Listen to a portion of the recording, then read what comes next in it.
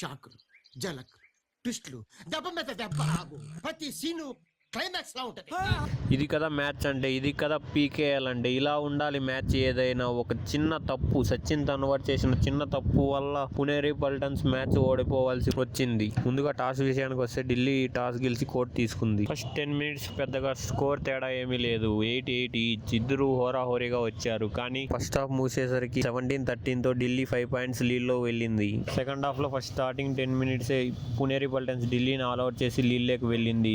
First half ముగిసేసరికి 17-13 ఉన్న points second half 10 minutes కి వచ్చేసరికి 20-25 తేడాతో పుణేరి పల్టన్స్ లీడ్ లోకి వచ్చింది. ఎప్పుడైతే అస్లాం ఇనామ్దార్ పుణేరి పల్టన్స్ కెప్టెన్ అవుట్ అయ్యాడో అప్పుడు మ్యాచ్ దశ తిరిగింది. పుణేరి పల్టన్స్ చేసిన తప్పు ఏమిటంటే సచిన్ తన్వర్ ని లాస్ట్ రైడ్ కు పంపించడం. చిన్న క్యాలిక్యులేషన్ ఎర్రర్ వల్ల గెలవాల్సిన మ్యాచ్ టైగా ముగిసింది. సీజన్ లో కొత్తగా టై బ్రేకర్ రూల్ తేవడం వల్ల ఇరు జట్లు టై బ్రేకర్ ఆడాల్సి వచ్చింది. టై బ్రేకర్ లో కూడా టై కావడంతో గోల్డెన్ రైడ్ లో ఢిల్లీ టాస్ గెలిచింది. అశు మాలిక్ రైడ్ కు వెళ్లి 2 పాయింట్స్ తేవడంతో ఢిల్లీ గెలిచింది.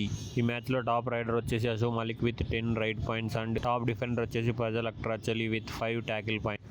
మీరు మ్యాచ్ చూసారా? మ్యాచ్ చూసింటే మీకు ఏమనిపించిందో కింద కామెంట్లో షేర్ చేయండి. సబ్స్క్రైబ్ చేయడం మాత్రం మర్చిపోకండి.